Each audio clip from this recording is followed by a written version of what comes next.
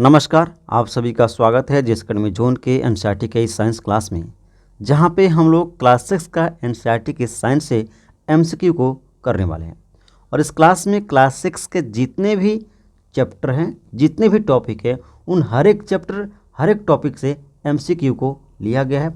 और यह आपके एग्ज़ाम के लिए काफ़ी बेहतरीन है, क्योंकि जो भी क्वेश्चन पूछे गए वह सारे क्वेश्चन मिलेंगे। इसके साथ साथ जो भी महत्वपूर्ण पॉइंट है जहाँ से क्वेश्चन बन सकते हैं, उन बातों को भी ध्यान रखा गया है। ठीक है, तो जो लोग हमारे यहाँ से नोट्स बाय किए हैं, पढ़े हैं एनसीईआरटी के साइंस को, उनका तो आज बल्ले बल्ले हो जाएगा, क्योंकि हर एक पॉइंट को मैंने कवर करने का प्रयास किया है। जो लोग नोट्स नहीं लिए हैं वे लोग बिल्कुल कम कीमत पे हमारे यहाँ से एनसीईआरटी के साइंस और ज्योग्राफी को नोट्स को बाय कर सकते हैं। और इसके साथ ही टीआरई के एग्ज़ाम के लिए जीएस अकेडमी जोन जो है कम्बो पैक लेकर आ गया है, जहाँ पे आपको कम कीमत पे हर एक सब्जेक्ट का नोट्स बिल्कुल बेहतरीन कंटेंट में मिल जाएगा, जो आपके एग्जाम के लिए रामबाण साबित होगा। ठीक है, तो चलिए, और हाँ, वीडियो के डिस्क्रिप्शन में टेलीग्राम का लिंक दिया है, उसे ज्वाइन कर लीजिएगा। वहाँ पर भी कुछ नोट्स पीडीएफ आते रहते हैं। तो चलिए क्लास को शुरू करते हैं, और ये जो आज का एमसीक्यू है क्लास 6 का साइंस का, इसे पढ़ने का प्रयास करते हैं। तो चलिए पहला क्वेश्चन देखते हैं, और पहला क्वेश्चन है, निम्नलिखित में से कौन सर्वाहारी की श्रेणी में आता है? शाकाहारी, मांसाहारी, जिनमें ए तथा बी दोनों गुण हो, और इनमें से कोई नहीं। तो देखिए, सर्वाहारी होता क्या है? ऐसे जीव जंतु जो शाकाहारी और मांसाहारी दोनों हो। ठीक है, दोनों का भक्षण करते हैं, उन्हें सर्वाहारी कहा जाता है। इस तरह से आपका ऑप्शन ए बी दोनों सही हो रहा है, तो क्या हो जाएगा? आपका ऑप्शन जो है सी राइट आंसर बनेगा। ठीक है ना।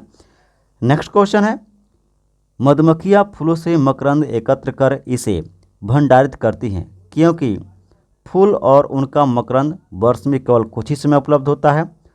मधुमक्खियों में अधिक शहद खाने की प्रवृत्ति होती है, इनमें आलस्य की प्रवृत्ति होती है, और ऐसा करने से इन्हें खाने का भंडार एकत्र करने के बाद काम नहीं करना पड़ता।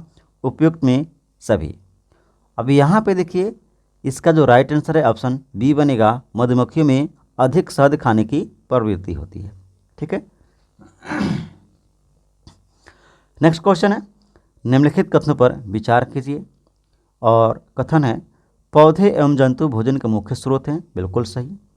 सभी पौधे की जड़, तना, पुष्प और पत्तियों को खाया जाता है। ये गलत है। हम लोग सभी पौधे के तना, पत्ती, जड़ नहीं खाते हैं। कुछ पौधे के पत्ती खाते हैं, कुछ पौधे के फल, किसी के फूल, इस तरह से खाते हैं। तो इस तरह से ये कथन गलत है, क्योंकि ये सभी पौधे कह रहा है। तीसरा है, कुछ पौधे के 2 या 2 से अधिक बार खाने योग्य होते हैं। ये बिल्कुल सही है। कौवा मांसाहारी जीव है। गलत है, कौवा सर्वाहारी है। तो इस तरह से, और नीचे दिया है कि उपरोक्त कथनों में कौन सा कथन सत्य नहीं है। तो आपका 2 और 4 सत्य नहीं है। ऑप्शन क्या हो जाएगा? ऑप्शन हो जाएगा 2 और 4, यानी ऑप्शन डी करेक्ट आंसर बनेगा। नेक्स्ट क्वेश्चन, सूची 1 को सूची 2 से सुलमित कीजिए, और सूचियों के नीचे दिए गए कूट का प्रयोग करके सही उत्तर का चयन कीजिए। अब यहाँ पे देखिए, चयन करना है, और यहाँ पे जो है शेर और बाघ, तो शेर और बाघ क्या है? ये दूसरे जंतु खाते हैं। ऑप्शन ए का 3 हो गया। ठीक है। शाकाहारी की बात की जाए तो शाकाहारी पादप और पादप उत्पाद खाते हैं। ये आपका बी का 4 हो जाएगा। पालक और फूल गोभी, ये जो है सब्जियां हैं, ऑप्शन 1 में चला जाएगा, यानी सी का ऑप्शन 1 हो गया। और डी का क्या हो जाएगा? तो डी का 2 हो जाएगा। इस तरह से आपका ए का 3, बी का 4, ए का 3, ठीक है, ए का 3, बी का 4, ये गलत है सी नंबर। बी का 4, बी का 4 दोनों सही है। सी का 1, सी का 1 में ये आपका ए नंबर गलत हो गया, बी बच गया। ठीक है ना, बी बच गया। तो आपका, और बी, डी का 2, यानी आपका बी करेक्ट आंसर हो रहा है, क्योंकि ए और सी जो है गलत है। ठीक है ना, ऑप्शन बी सही है। अगला क्वेश्चन है, निम्नलिखित में से कौन से भोजन के पोषक तत्व में शामिल है? खनिज लवण, विटामिन, आहारी रेशे या रुचांश। नीचे दिए गए कूट में सही उत्तर चुनें। अब देखिए, यहाँ पे क्या कर रहा है कि कौन भोजन के पोषक तत्व में शामिल होता है? खनिज लवण शामिल होता है और विटामिन, जबकि आहारी रेशे हमारे पोषक तत्व के अंतर्गत नहीं आता है। आहारी रेशे हमारे शरीर के अपशिष्ट पदार्थ को शरीर से बाहर निकालने में सहायता करता है। इस तरह से आपका जो आंसर बनेगा 1 और 2 सही है। आपका ऑप्शन क्या हो जाएगा? ऑप्शन हो जाएगा बी करेक्ट आंसर। ठीक ना। चलिए नेक्स्ट क्वेश्चन है, भोजन के विभिन्न पोषक तत्वों के संदर्भ में निम्नलिखित कथनों पर विचार कीजिए। कार्बोहाइड्रेट तथा वसा हमारे शरीर के मुख्य रूप से ऊर्जा प्रदान करते हैं, बिल्कुल सही बात है। प्रोटीन तथा खनिज लवण हमारे शरीर की वृद्धि तथा अनुरक्षण के लिए आवश्यक होते हैं, ये भी सही है। विटामिन हमारे शरीर के रोगों से रक्षा करने में सहायता करता है, ये भी सही है। कथन है कि उपयुक्त कथनों में से कौन से सही है, तो आपका 1, 2, 3 तीनों सही है। 1, 2, 3 किस में है, ऑप्शन डी में है, डी आपका राइट आंसर बन जाएगा। नेक्स्ट क्वेश्चन, कार्बोहाइड्रेट के विभिन्न प्रकारों के संदर्भ में निम्नलिखित पर विचार कीजिए। अमीनो अम्ल, मंड और शर्करा। और नीचे दिया है कि उपयुक्त में से कौन से कार्बोहाइड्रेट का प्रकार नहीं है। यहाँ पे आप ध्यान दीजिए, मंड और शर्करा दोनों कार्बोहाइड्रेट का ही रूप है, जबकि अमीनो अम्ल या अमीनो एसिड ये प्रोटीन का रूप है। और क्वेश्चन करा कि कौन सा कार्बोहाइड्रेट का प्रकार नहीं है, तो ऑप्शन ए हो जाएगा, ये प्रोटीन का प्रकार है। इसलिए आपका जो 7 नंबर का आंसर है ऑप्शन ए हो जाएगा राइट आंसर। ठीक है। नेक्स्ट क्वेश्चन, वसा भोजन का एक महत्वपूर्ण घटक है। वसा के संदर्भ में निम्नलिखित कथनों पर विचार कीजिए। भोजन में वसा की अत्यधिक मात्रा मोटापे का कारण बनता है, बिल्कुल सही। वसा शरीर को ऊर्जा प्रदान करता है, यह भी सही है। वसा की तुलना में कार्बोहाइड्रेट की समान मात्रा से हमें अधिक ऊर्जा प्राप्त होती है, ये गलत है कथन, ये कथन गलत है, क्योंकि वसा की तुलना में कार्बोहाइड्रेट की समान मात्रा से हमें अधिक ऊर्जा नहीं मिलती है, बल्कि कार्बोहाइड्रेट की तुलना में वसा से ज़्यादा ऊर्जा प्राप्त होती है। ठीक है। तो आपका और नीचे कह रहा है कि उपयुक्त कथनों में से कौन से सही है, तो आपका ऑप्शन 1 और 2 सही हो रहा है, 3 गलत है। ठीक है। तो राइट आंसर हो जाएगा आपका ऑप्शन बी करेक्ट आंसर। ठीक है ना, 8 का ऑप्शन बी हो गया। चलिए 9 नंबर क्वेश्चन है, पोषक तत्वों के अलावा जल भी भोजन का हिस्सा होता है। इस रूप में जल के संदर्भ में निम्नलिखित कथनों पर विचार कीजिए। कुछ सीमा तक शरीर के लिए आवश्यक जल की पूर्ति खाद्य पदार्थों से उपस्थित जल से हो जाती है, बिल्कुल सही बात है। और दिया है जल भोजन में उपस्थित पोषकों के अवशोषित करने और मूत्र तथा पसीने के रूप में अपशिष्ट पदार्थों को शरीर से बाहर निकालने में सहायता करता है, ये भी सही है।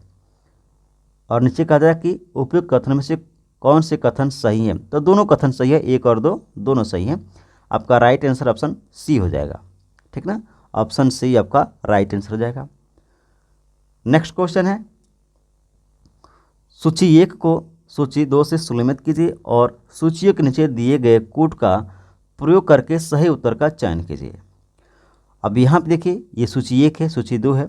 सूची 1 में विटामिन दिया गया है और सूची 2 में अभावजन्य रोग दिया गया है, मतलब किस विटामिन की कमी से कौन सा रोग होता है इसको दिया गया है। अब चलिए हम लोग मिलाने का प्रयास करते हैं। देखिए विटामिन B1, विटामिन A1 ये जो है, तो विटामिन ए इसकी कमी से क्या होता है, तो दृष्टिहीनता होता है, ऑप्शन 3 में चला जाएगा। ए का जो है 3 में चला गया। विटामिन B1, तो B1 की कमी से बेरी होता है, यानी बी का ऑप्शन जो है 1 हो गया। विटामिन सी, तो विटामिन सी की कमी से स्कर्वी होता है, सी का ऑप्शन ए। और डी का किस में चला जाएगा, रिकेटस में, तो आपका डी का 2 हो गया। ए का 3, बी का 1, ए का 3, ए का 3, ये भी है, ये भी है और ये भी है, ये सी नंबर कट गया। बी का 1, बी का 1 ये डी में नहीं है, ए और बी में है। सी का, मैं फिर चाहूँगा सी का क्या होगा, सी का 4 होगा, सी का 4, सी का 4 किस में है, सी का 4 केवल ए में है, बी में नहीं है। तो इस तरह से आपका राइट आंसर आपका ऑप्शन ए हो जाएगा। डी का 2 भी है यहाँ पे। ठीक है, चलिए आपका राइट आंसर क्या बनेगा, आपका ऑप्शन हो जाएगा ए करेक्ट आंसर। अगला क्वेश्चन है, निम्नलिखित में से कौन सा कथन असत्य है। ऑप्शन है विटामिन ए त्वचा और आँखों को स्वस्थ रखता है, ये बिल्कुल सही है, ये कथन सही है। विटामिन B1 घाव भरने में सहायक होता है, ये गलत है। विटामिन B1 घाव भरने में सहायक नहीं होता है। विटामिन सी रोगों से लड़ने में सहायता करता है, ये सही है। और विटामिन डी हमारे अस्थियों और दांतों के लिए कैल्शियम का उपयोग करने में हमारे शरीर की सहायता करता है, ये भी सही है। यानी आपका ऑप्शन जो है ए, यानी ए, सी और डी सही है, बी नंबर गलत है और असत्य ही पूछा है, तो आपका राइट आंसर आपका ऑप्शन बी हो जाएगा। अगला क्वेश्चन, निम्नलिखित युग्मों पर विचार कीजिए और दिया है इधर खनिज दिया है, इधर अभावजन्य रोग दिया है। अब देखिए कैल्शियम पहला दिया है कैल्शियम, और कैल्शियम की अस्थिक्षय ये बिल्कुल सही है, कैल्शियम की कमी अगर शरीर में होगा तो अस्थि क्षय होना शुरू हो जाएगा, सही है। आयोडीन घींघा, ये भी सही है, आयोडीन कमी से घींघा रोग होता है। फिर दिया है ऑप्शन 3 में लोह और दंत क्षय, नहीं ये गलत है। लोह की कमी से दंत क्षय नहीं होता है, बल्कि लोहे की कमी से शरीर में रक्त का अल्पता होता है, रक्त की कमी हो जाती है। तो ये जो है आपका 3 गलत है। और नीचे दिया गया है कि उपयुक्त युग्म में कौन से युग्म सुलमित है, मतलब कि सही है। तो यहाँ पे आपका जो है ऑप्शन 1 और 2 दोनों सुलमित है, सही है। तो आपका आंसर बनेगा ऑप्शन ए करेक्ट आंसर, ठीक है। 12 का ए हो जाएगा राइट आंसर। अगला क्वेश्चन, मानव शरीर में धीमी वृद्धि निम्नलिखित में किस कमी के कारण होता है? विटामिन, प्रोटीन, वसा, उपयुक्त में से कोई नहीं। तो यहाँ पे देखिए, यहाँ पे जो धीमी वृद्धि होती है मानव शरीर में, ये प्रोटीन की कमी से होता है। ऑप्शन हो जाएगा बी करेक्ट आंसर है, क्योंकि प्रोटीन को शरीरवर्धक जो है भोजन पदार्थ भी कहा जाता है, ठीक है। तो ऑप्शन आपका बी करेक्ट आंसर है। अगला क्वेश्चन है, तागा यानी धागा पतले तंतुओं से मिलकर बनता है। इन तंतुओं के संदर्भ में निम्नलिखित कथनों में कौन सा सही नहीं है? रुई और जूट जैसे तंतु पादपों से प्राप्त की जाते हैं, बिल्कुल सही है। जूट नारियल का बाहरी आवरण होता है, ये गलत है, जूट नारियल का बाहरी आवरण नहीं होता है। रेशम तंतु रेशम कीट के कोकून से खींचा जाता है, बिल्कुल सही। ऊन तथा रेशम जंतु से प्राप्त होते हैं, ये भी सही है।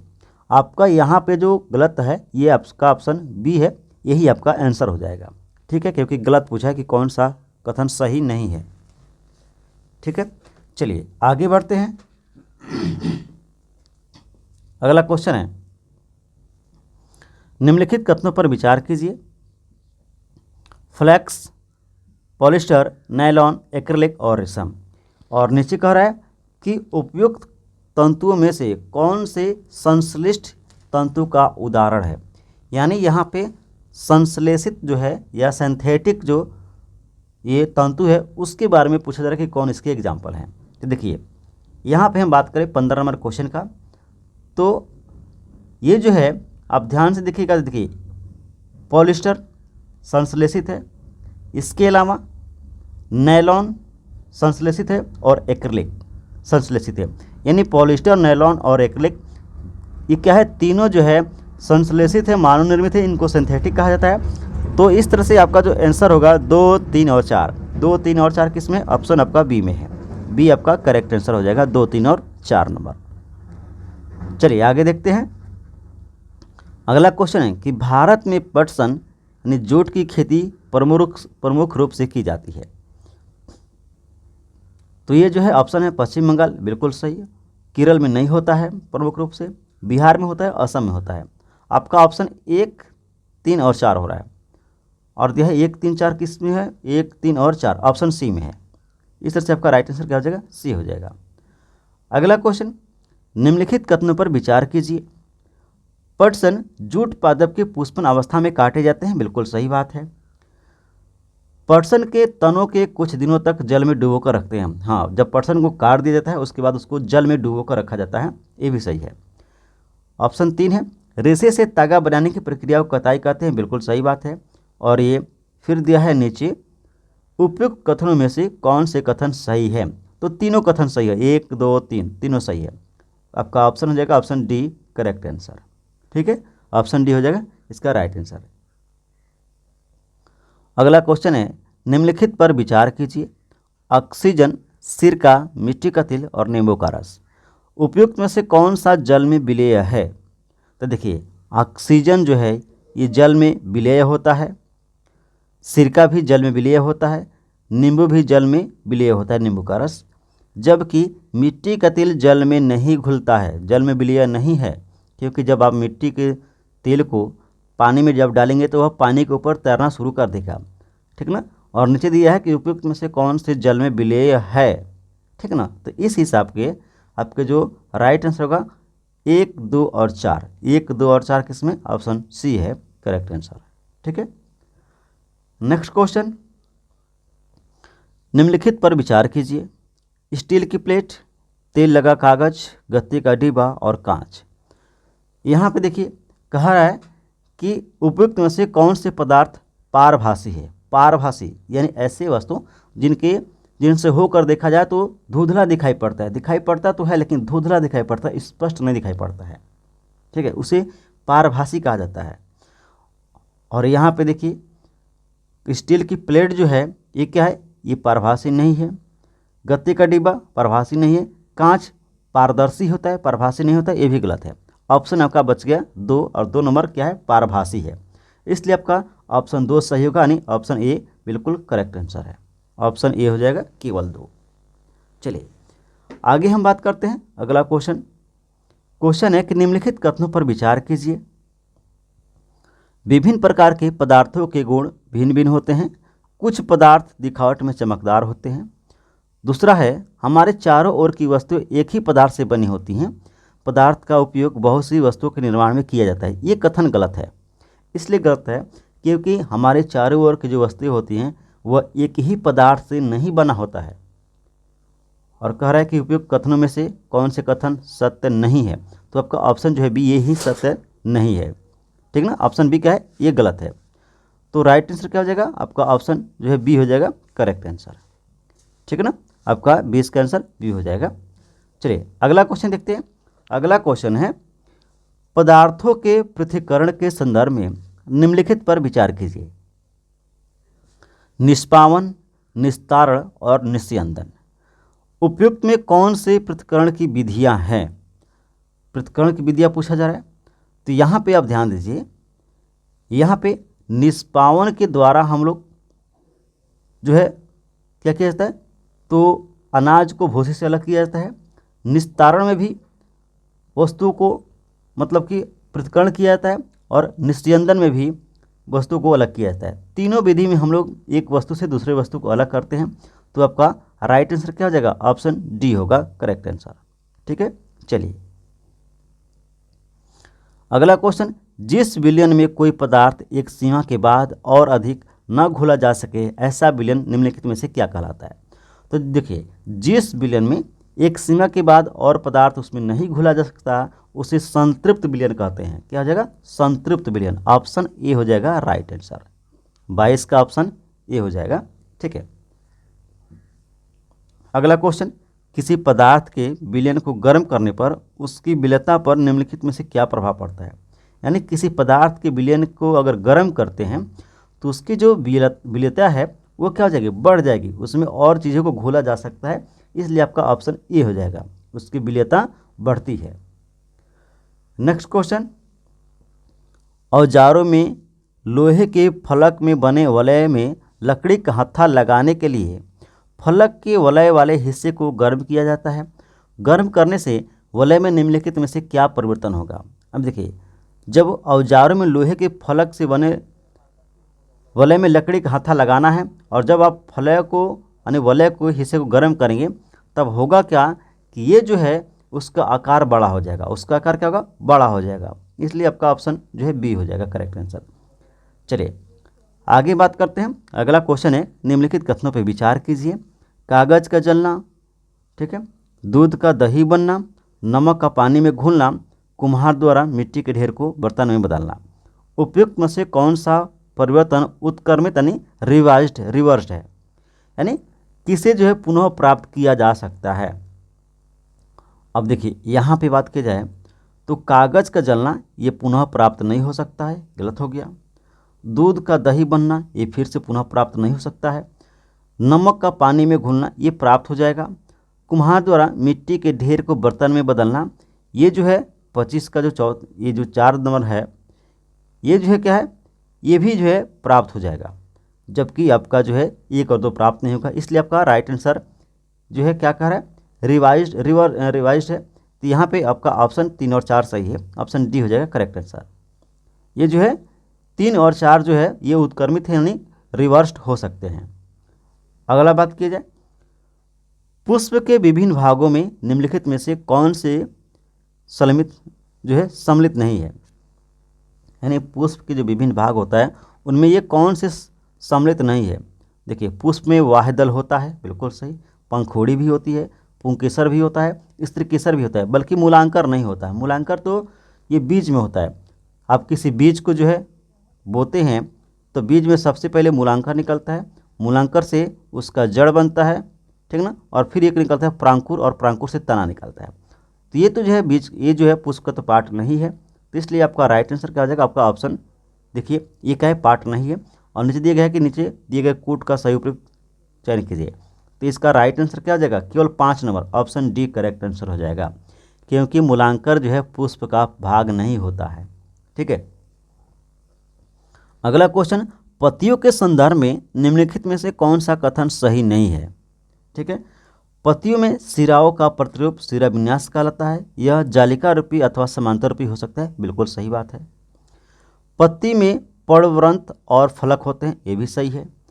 पत्ती सूर्य के प्रकाश की उपस्थिति में ही मंड संश्लेषित करता है, ये जो है ये भी आपका सही होना चाहिए।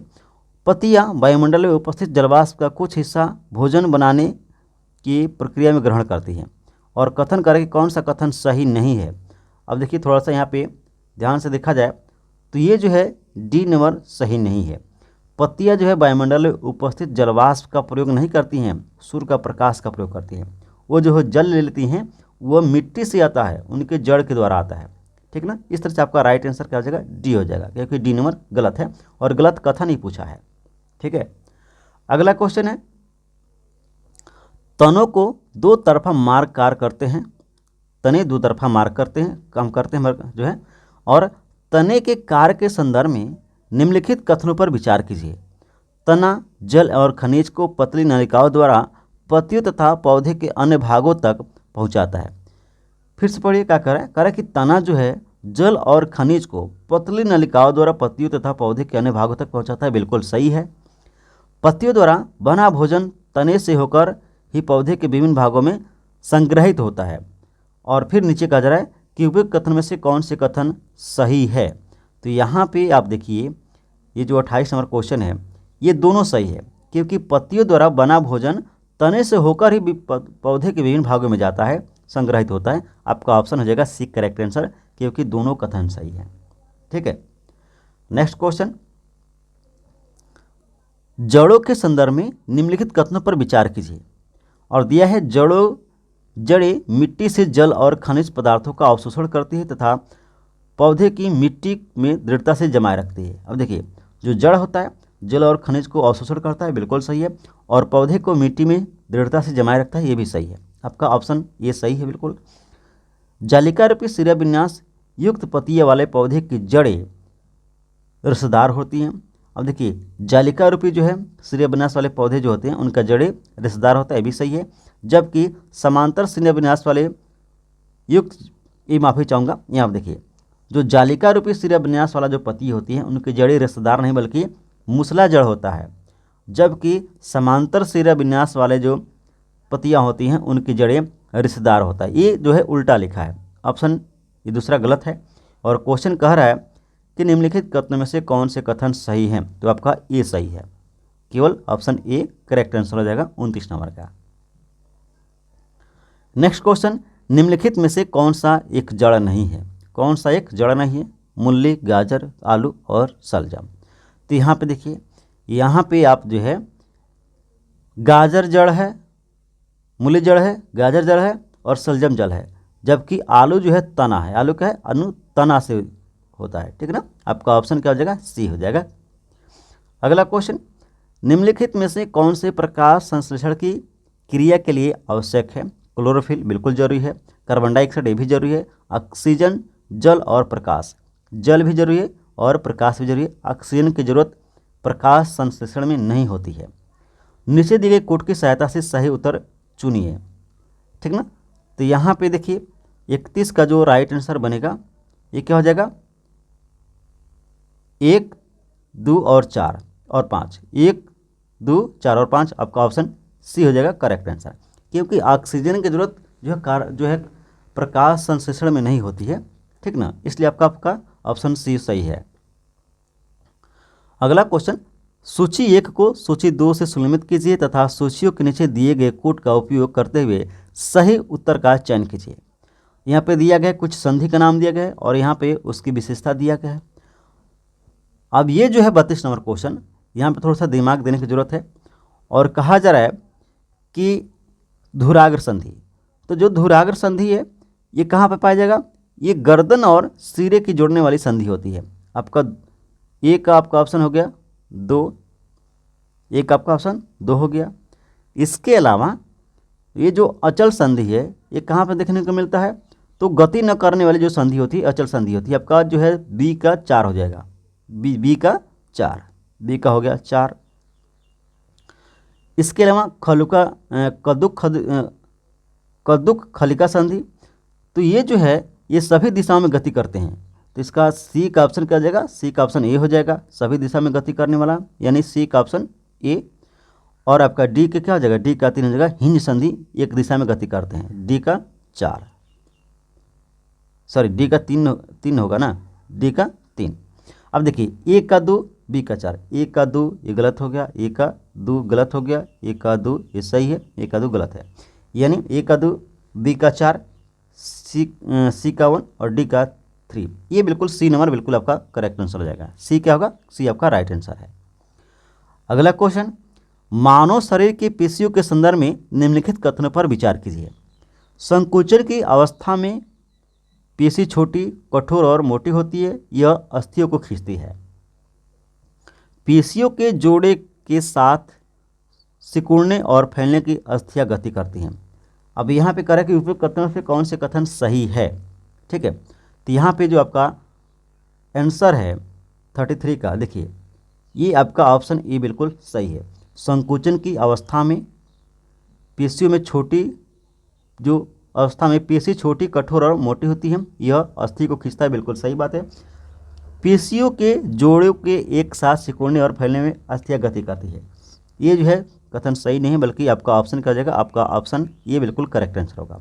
33 का आपका ऑप्शन ये बिल्कुल करेक्ट होगा, ठीक है। चलिए आगे देखते हैं। अगला क्वेश्चन है, केंचुए के शरीर रचना और उपयोगिता के संदर्भ में निम्नलिखित में से कौन सा कथन सही नहीं है। केंचुए का मेरुदंड लंबा तथा शरीर की पेशियाँ छीड़ और असंख्य होती हैं। तो यहाँ पर देखिए ये गलत है, यानी केंचुए का जो मेरुदंड, केंचुए में पहले तो मेरुदंड पाया नहीं जाता है, ये गलत बात है। अगला है कि केंचुए में गति शरीर की पेशियों के बारी बारी से विस्तारण और संकोचन से होता है, ये सही है। शरीर की अधः सतह पर शुष्क बाल जैसी जो है आकृति केंचुए को भूमि पर पकड़ बनाने में सहायता करता है, ये भी सही है। और केंचुए मिट्टी को उपजाऊ बनाने में सहायक होते हैं, ये भी सही है। यानी आपका ऑप्शन ए जो है ये गलत है, और क्वेश्चन पूछा गया कि निम्नलिखित कथन में से कौन सा सही नहीं है, इसलिए आपका राइट आंसर ऑप्शन ए हो जाएगा। अगला क्वेश्चन है, केंचुए के श्वसन के संदर्भ में निम्नलिखित कथनों पर सही कथन कौन सी है। और ऑप्शन ए है, केंचुए नासिका ग्रंथियों के द्वारा श्वास श्वसन करते हैं, गलत बात है। केंचुए त्वचा द्वारा श्वसन करते हैं, बिल्कुल सही है। केंचुए मुख द्वारा श्वसन करते हैं, गलत है। उपयुक्त वैसे कोई नहीं। तो यहाँ पे देखिए आपका ऑप्शन जो है राइट आंसर आपका ऑप्शन बी हो जाएगा। 35 का क्या हो जाएगा, 35 का आपका ऑप्शन बी सही है, क्योंकि केंचुए जो है त्वचा के द्वारा शोषण करते हैं। जो लोग नोट्स लिए हैं ना जी, आज उनको मज़ा आ जाएगा, क्योंकि सारे क्वेश्चन नोट्स से आपको बिल्कुल मैच कर रहे हैं। अगला जो है क्वेश्चन, निम्नलिखित कथनों पर विचार कीजिए। घोंघा का कवच इसका बाह्य कंकाल कहलाता है, परंतु यह अस्थियों का बना नहीं होता है। इसके अलावा कहा जा रहा है, घोंघे के पेशीय पाद चलने में इसकी सहायता करते हैं। और तीसरा है, यह कवच घोंघे के वजन को संतुलित करता है, इससे भी इसे चलने में सहायता मिलती है। और ऑप्शन है, उपयुक्त कथनों में से कौन से कथन सही है, ठीक है। तो यहाँ पे देखिए, यहाँ पे घोंघे का जो कवच होता है वह बाह्य कंकाल कहलाता है, ये बिल्कुल सही है, परंतु यह अस्थियों का बना हुआ नहीं होता, ये हड्डी का बना हुआ नहीं होता है, बल्कि काइटिन का बना होता है, ठीक ना। नहीं, आपको क्या होता है, कैल्शियम कार्बोनेट का बना होता है। इसके अलावा जो है बात की जाए, ये जो है अगला जो ऑप्शन है, देखिए अगला ऑप्शन करें, घोंघा के पेशीय पाद चलने में इसकी सहायता करते हैं, भी सही है। जबकि जो 3 नंबर दिया है, यह कवच घोंघे के वजन में संतुलित नहीं करता, ये गलत है। घोंघा का जो कवच होता है उसके वजन को संतुलित नहीं करता है, इसलिए आपका ऑप्शन 1 और 2 सही है। 1 और 2 किस में है, ऑप्शन ए में है, ये आपका राइट आंसर हो जाएगा। अब यहाँ पे देखिए 37 नंबर क्वेश्चन है, सूची 1 को सूची 2 से सुलमित कीजिए तथा नीचे दिए गए कोड की सहायता से सही उत्तर चुनिए। सूची 1 है, सूची 2 है, और यहाँ पे हमको मिलाना है। देखिए तिलचट्टा, तो तिलचट्टा किस में जाएगा, तो तिलचट्टा का जो शरीर होता है वो कठोर होता है। हाँ, तिलचट्टा का शरीर क्या होता है? कठोर होता है। ऑप्शन ए का हो गया 3। पक्षी, तो पक्षी का जो शरीर होता है उसमें जो हड्डियाँ होती हैं उसमें वायु प्रकोष्ठ होता है। ऑप्शन बी का 1 हो जाएगा, बी का 1 हो गया। मछली का शरीर धरा रखी होता है किस में है? ये आपका ऑप्शन सी का 2 में चला जाएगा, सी का ऑप्शन 2, और डी बच गया तो डी का 4 हो जाएगा। अब यहाँ पे देखिए ए का 3 बी का 1, ए का 3 ये भी है, ये भी है, बी का 1 ये दोनों कट गया, बी का 1 बी का 1 दोनों में है, सी का 2 सी का 2 यानी बी में नहीं है जबकि ई में है। तो इस तरह से आपका राइट आंसर आपका ए हो जाएगा। ए का 3 बी का 1 सी का 2 और डी का 4 बिल्कुल सही है। आपका ऑप्शन 1 करेक्ट आंसर है। अगला क्वेश्चन, पौधे एवं जीवों में अनुकूलन के संदर्भ में निम्नलिखित कथनों पर विचार कीजिए। पौधे एवं जीवों के विशिष्ट लक्षण एवं स्वभाव जो उन्हें एक आवास विशेष में रहने के लिए अनुकूल बनाते हैं अनुकूलन कहलाता है। ये सही है। मैदानी क्षेत्र में एक व्यक्ति को ऊंचे पहाड़ी क्षेत्र में तीव्र गति से सांस लेनी पड़ती है, परंतु थोड़े दिनों बाद वह सहज हो जाता है। यह अनुकूलन का सटीक उदाहरण है। ये गलत है। अनुकूलन तीव्र गति से नहीं होता है, मतलब कि 1-2 दिन में नहीं होता है। अनुकूलन के लिए लंबे समय की जरूरत पड़ती है, कई वर्षों के समय पड़ता है। तो ये आपका ऑप्शन 2 गलत है। नीचे कह रहा है कि उपयुक्त कथन में से कौन से कथन सही हैं, तो केवल आपका ऑप्शन ए सही है, और ये आपका इस तरह से आपका राइट आंसर ऑप्शन ए हो जाएगा, 38 का ए हो जाएगा। ठीक है। अगला क्वेश्चन, किसी सजीव का परिवेश जिसमें वह रहता है आवास कहलाता है। आवासों के विभिन्न घटक उपस्थित होते हैं। इन घटकों के संदर्भ में निम्नलिखित कथनों में से कौन से कथन सही हैं? किसी आवास में पाए जाने वाले सभी जीव जैसे पौधे और जंतु उसके जैव घटक हैं। दूसरा है, चट्टान, मिट्टी, वायु, जल जैसी अनेक निर्जीव वस्तुएं आवास के अजैव घटक हैं। ये सही बात है। और जो है सूर्य का प्रकाश और ऊष्मा जैसे ऊर्जा घटक इन दोनों घटकों में से किसी में सम्मिलित नहीं है। और यहाँ पे देखा जाए तो कहा है कि कौन से कथन सही है, तो देखिए यहाँ पे जो है ऑप्शन जो है 1 तो बिल्कुल सही है, क्योंकि किसी आवास में पाए जाने वाले सभी जीव जैसे पौधे और जंतु हैं ये जीवित हैं। जो जीवित हैं इसलिए इन्हें जैव घटक कहा गया है, बिल्कुल सही। चट्टान, मिट्टी, वायु और जल ऐसी जो है अनेक निर्जीव जो वस्तुएं होती हैं इन्हें अजैव घटक कहते हैं, ये भी सही है। जबकि ये जो है 3 गलत है, तीसरा नंबर गलत है। इस तरह से आपका ऑप्शन 1, 2 सही है। किसमें? ऑप्शन 1 में राइट आंसर हो जाएगा। ऑप्शन 1 बिल्कुल सही होगा। अगला क्वेश्चन है, ऊंट मरुस्थलीय परिस्थितियों के लिए अनुकूलित होता है। इसके अनुकूलन के संदर्भ में निम्नलिखित कथनों पर विचार कीजिए। उसके पैर लंबे होते हैं जिससे उसका शरीर रेत की गर्मी से दूर रहता है, बिल्कुल सही बात है। इसमें मूत्रोत्सर्जन की मात्रा बहुत कम होती है तथा मल शुष्क होता है, ये भी सही है। उसको पसीना नहीं आता है, ठीक ना, तो देखिए इसको पसीना नहीं आता है, ये भी सही बात है। तो और नीचे कह रहा है कि उपयुक्त कथनों में से कौन सा कथन सही है। तो इस तरह से आपका जो 40 नंबर क्वेश्चन है इसका ऑप्शन डी हो जाएगा। 1 और 2, 3 ये सभी सही है, ठीक ना। ऑप्शन 1, 2, 3 तीनों सही है, आपका डी ऑप्शन राइट हो जाएगा। ठीक है। अगला क्वेश्चन जो है, निम्नलिखित पर विचार कीजिए और दिया है मछली, स्क्विड, ऑक्टोपस। उपयुक्त में से किसका या किन का शरीर धरा रेखीय नहीं होता है। तो देखिए मछली का शरीर क्या होता है? मछली का शरीर धरा रेखीय होता है, ठीक है। जबकि ऑक्टोपस और स्क्विड का जो है शरीर धरा रेखीय नहीं होता है। तो आपका जो है ये ऑप्शन 2 और ऑप्शन 3 दोनों क्या है, ये जो है धरा रेखीय नहीं होते हैं। और यही पूछा कि किसका शरीर धरा रेखीय नहीं होता है, तो 2 और 3 किस में? ऑप्शन सी हो जाएगा, 41 का करेक्ट आंसर है। ठीक है, चलिए सी का 41 का सी करेक्ट आंसर हो गया। अगला क्वेश्चन, निम्नलिखित पर विचार कीजिए। ऑक्टोपस, व्हेल और डॉल्फिन। तो यहाँ पे और नीचे कह रहा है कि उपयुक्त में से किसमें श्वसन के लिए गिल यानी क्लोम नहीं होते हैं। तो मैंने अगर आपने नोट्स पढ़ा होगा तो उसमें आपको साफ साफ लिखा गया कि व्हेल और डॉल्फिन 2 ऐसे जीव हैं जिनमें श्वसन के लिए गिल नहीं होता है। तो इसलिए आपका राइट आंसर हो जाएगा 2 और 3 किसमें? 2 और 3 आपका सी करेक्ट आंसर हो जाएगा, ठीक ना। देखिए सारा का सारा क्वेश्चन आपके नोट्स से हैं, सारा जो है क्वेश्चन मैच कर रहे हैं, ठीक है। आपका ऑप्शन 42 का क्या हो गया? ऑप्शन आपका सी करेक्ट आंसर हो गया, ठीक है। अगला क्वेश्चन देखते हैं। अगला क्वेश्चन है 44, नागफनी के पौधे में प्रकाश संश्लेषण निम्नलिखित में से किस भाग में होता है? पत्तों में, तने में, जड़ों में। देखिए, और प्रकाश संश्लेषण इसमें नहीं होता है। तो देखिए, नागफनी का जो पौधा होता है इसमें प्रकाश संश्लेषण तने में होता है, यानी पत्ती की तरह दिखने वाली संरचना वास्तव में नागफनी का तना होता है। इसलिए आपका राइट आंसर ऑप्शन बी हो जाएगा। अगला क्वेश्चन है, पौधे की पत्तियां श्वसन की प्रक्रिया में वायु को अंदर लेती हैं। इस प्रक्रिया के अगले चरण में पत्तियां निम्नलिखित में से क्या करती हैं? तो इसका ऑप्शन देखा जाए तो कह रहा है कि कार्बन डाइऑक्साइड का उपयोग करती हैं तथा ऑक्सीजन वायु में निष्कासित करती हैं। यानी ये जो है कार्बन डाइऑक्साइड का उपयोग करती हैं तथा ऑक्सीजन को वायु में निष्कासित करती हैं। जबकि दूसरा दिया है ऑक्सीजन का उपयोग करती हैं तथा कार्बन डाइऑक्साइड वायु में निष्कासित करती हैं। और तीसरा दिया है ऑक्सीजन और कार्बन डाइऑक्साइड दोनों का उपयोग करती हैं।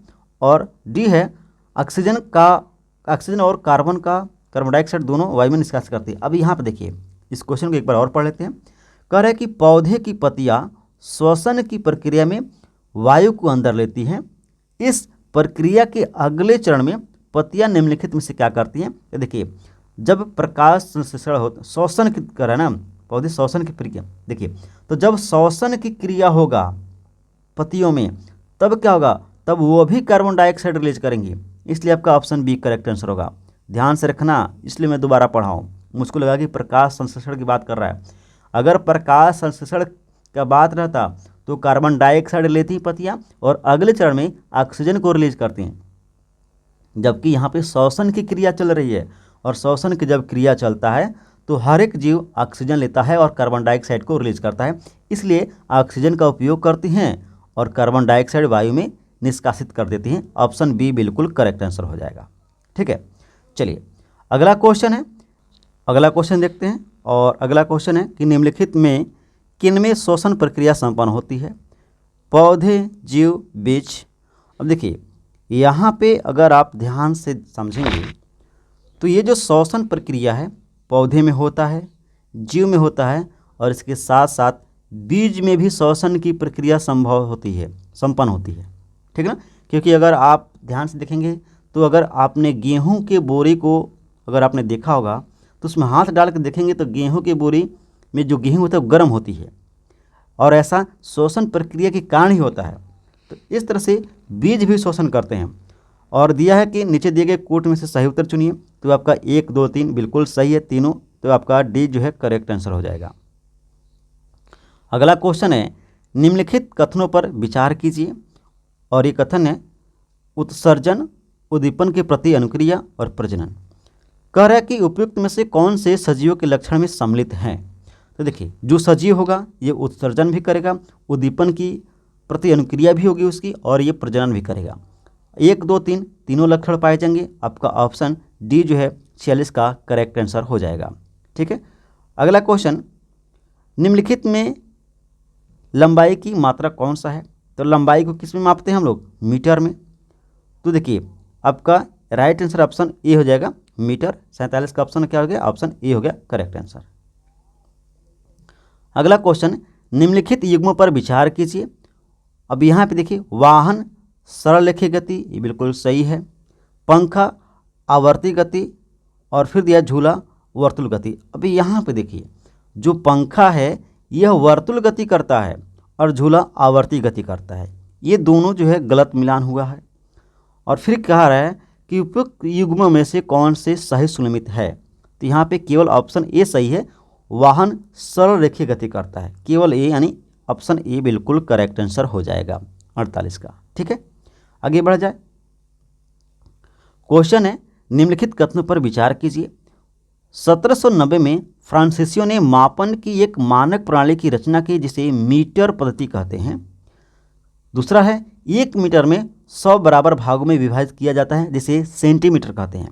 यानी 100 सेंटीमीटर 100 cm बराबर 1 मीटर। ये बिल्कुल सही बात है, ये भी सही है। 1 सेंटीमीटर में 20 मिलीमीटर होते हैं, ये गलत है, ये गलत है। ठीक ना? और कह रहा है कि उपयुक्त कथनों में से कौन से कथन असत्य है? तो आपका यही जो है 3 नंबर कथन असत्य है। ठीक ना? इसलिए राइट आंसर क्या हो जाएगा? राइट आपका सी करेक्ट आंसर हो जाएगा 49 का। आगे बढ़ा जाए। अगला क्वेश्चन है, निम्नलिखित पदों पर विचार कीजिए।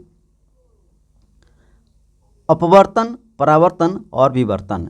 दर्पण में प्रतिबिंब बनने के लिए उपयुक्त में से कौन सा घटना आवश्यक है? तो देखिए, दर्पण में क्या होता है? दर्पण में अगर आप ध्यान से एनसीईआरटी के नोट्स को पढ़े होंगे तो आपको पता चल गया होगा कि दर्पण में परावर्तन होता है और लेंस में अपवर्तन होता है, ठीक ना। तो परावर्तन जो होता है और परावर्तन 2 नंबर का ऑप्शन कहाँ है? ऑप्शन बी है। इसलिए 50 का ऑप्शन आपका बी करेक्ट आंसर हो गया। ठीक है, चलिए आगे बढ़ते हैं। अगला क्वेश्चन है, व्यक्ति वस्तु को देख पाता है जब वस्तु पर प्रकाश पड़े, जब व्यक्ति की आंखों पर प्रकाश पड़े, जब प्रकाश वस्तु पर पड़े और आंखों की तरफ आए, इनमें से कोई नहीं। देखिए, वस्तु पर प्रकाश पड़े अगर वह रिफ्लेक्ट नहीं करता है तब तो उसको आप देख नहीं पाइएगा। जब व्यक्ति की आंखों पर प्रकाश पड़े, जब आपके ही ऊपर टार्च आंख पे बार दिया तब कहाँ से देख पाइएगा? गलत है। यानी आपका ऑप्शन हो जाएगा सी, जब वस्तु पर प्रकाश पड़े और आंखों की तरफ वह प्रकाश आती है और हमारे आंखों पर जब पड़ता है तब जाके हम उस वस्तु को देख पाते हैं। यानी 51 का ऑप्शन सी बिल्कुल सही आंसर है। अगला है, निम्नलिखित कथनों में से असत्य कथन का चयन करें। ऑप्शन है, जब प्रकाश के पथ में कोई अपारदर्शी वस्तु आती है तो उस वस्तु की छाया नहीं बनती। गलत बात है। ठीक है, अगला देखिए, दर्पण परावर्तन से हमें स्पष्ट प्रतिबिंब प्राप्त होता है। फिर है, पारभासी वस्तु प्रकाश के कुछ भाग को ही अपने में से होकर जाने देती है। और फिर दिया है, प्रतिबिंब छायाओं से अत्यधिक भिन्न होते हैं। क्वेश्चन क्या का है? क्वेश्चन क्या कि असत्य कथन का चयन करना है। तो यहाँ पे जो असत्य कथन है, देखिए ये है क्या है? ऑप्शन ए, जब प्रकाश के पथ में कोई अपारदर्शी वस्तु आती है तो उसकी क्या होती है? छाया बनती है, जबकि यह कह रहा है कि छाया नहीं बनती है। यह असत्य है। बाकी दर्पण परिवर्तन की घटना पर कार्य करता है, बिल्कुल सही। पराभासी वस्तुएं कुछ ही प्रकाश को अपने से होकर बाहर जाने देती है, बिल्कुल गलत है, सही है।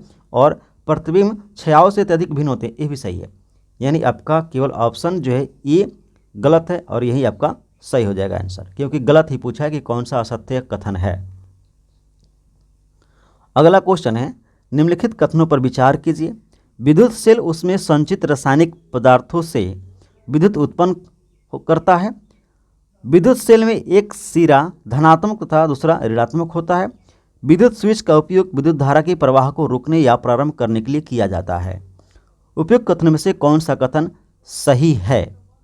तो देखिए, ये तीनों कथन सही है। ऑप्शन आपका डी जो है करेक्ट आंसर हो जाएगा, ठीक ना, क्योंकि तीनों कथन बिल्कुल सही है। अगला है, निम्नलिखित पर विचार कीजिए। थर्माकोल, वायु, मानव शरीर और एल्युमिनियम की पत्ती। अब उपयुक्त कथनों में से कौन सा विद्युत चालक का उदाहरण है? तो देखिए, विद्युत चालक का उदाहरण कौन सा है? तो यहाँ पे विद्युत चालक के उदाहरण की बात की जाए तो देखिए, मानव शरीर से विद्युत का चालन संभव है, मानव शरीर से विद्युत चालक का संभव है, और एल्युमिनियम की पत्ती से भी विद्युत चालक का संभव है, जबकि थर्माकोल और वायु से विद्युत का चालन नहीं होता है। इसलिए आपका ऑप्शन 3 और 4 हो जाएगा। 3 और 4 किस में? सी में है। सी आपका राइट आंसर है। विद्युत बल्ब में होता है, तो विद्युत बल्ब में क्या होता है? फिलामेंट होता है। ऑप्शन आपका ए राइट आंसर है। ठीक है, 55 का। नेक्स्ट क्वेश्चन, निम्नलिखित कथनों पर विचार कीजिए। बंद विद्युत परिपथ में विद्युत धारा विद्युत सेल का एक टर्मिनल से दूसरे टर्मिनल में प्रवाहित होता है। स्विच एक जटिल युक्ति है जिससे विद्युत धारा की धारा को कम या अधिक किया जाता है। देखिए, स्विच के द्वारा विद्युत धारा को कम या अधिक नहीं किया जाता है, जबकि बंद और चालू किया जाता है। उपयुक्त कथनों में से कथन सही है। तो यहाँ पे केवल 1 नंबर कथन सही है 56 का, तो इसलिए 56 का आपका राइट आंसर आपका ऑप्शन ए हो जाएगा। ठीक है, आपका ऑप्शन ए बिल्कुल करेक्ट आंसर है। अगला क्वेश्चन है कि चुंबकों के संदर्भ में निम्नलिखित कथनों पर विचार कीजिए। मैग्नेटाइट एक प्राकृतिक चुंबक है। ऑप्शन बी है, चुंबक कुछ पदार्थों को आकर्षित करता है और ऐसे पदार्थ को चुंबकीय पदार्थ कहते हैं। तीसरा नंबर है, 2 चुंबकों के समान ध्रुव एक दूसरे को आकर्षित जबकि असमान ध्रुव दूसरे को प्रकर्षित करते हैं। ये गलत है। उपयुक्त कथनों में से कौन से कथन सही है? तो देखिए, इसका जो 57 का देखा जाए तो यहाँ पे अब बात करेंगे तो 1 और 2 दोनों सही है, क्योंकि मैग्नेटाइट एक प्राकृतिक चुंबक भी है और चुंबक का जो गुण होता है आकर्षित करने का गुण होता है, ठीक ना। तो ये आपका ऑप्शन जो है बी हो जाएगा करेक्ट आंसर। 1 और 2 दोनों सही है। बी आपका राइट आंसर है। अगला है सूची 1 को सूची 2 से सुलमित कीजिए और सूचियों के नीचे दिए गए कोड का प्रयोग करके सही उत्तर का चयन करें। यहाँ पे दिया गया चुंबकीय, तो चुंबकीय में क्या आता है, देखिए मैग्नेस सबसे, देखिए चुंबकीय क्या है, तो मैग्नेस मैग्नेटाइट अचुंबकीय। सबसे पहले मिलाते हैं अचुंबकीय में, तो अचुंबकीय क्या हो जाएगा, मिट्टी हो जाएगा अचुंबकीय, यानी हम डी का क्या मिलाएं, डी का 1 मिलाएं। मैग्नस एक यूनानी था, मैग्नस क्या था, यूनानी था। बी का क्या हो गया, बी का आपका जो है ये 4 हो गया, ठीक ना। मैग्नेटाइट प्राकृतिक चुंबक है, अभी हमने देखा था।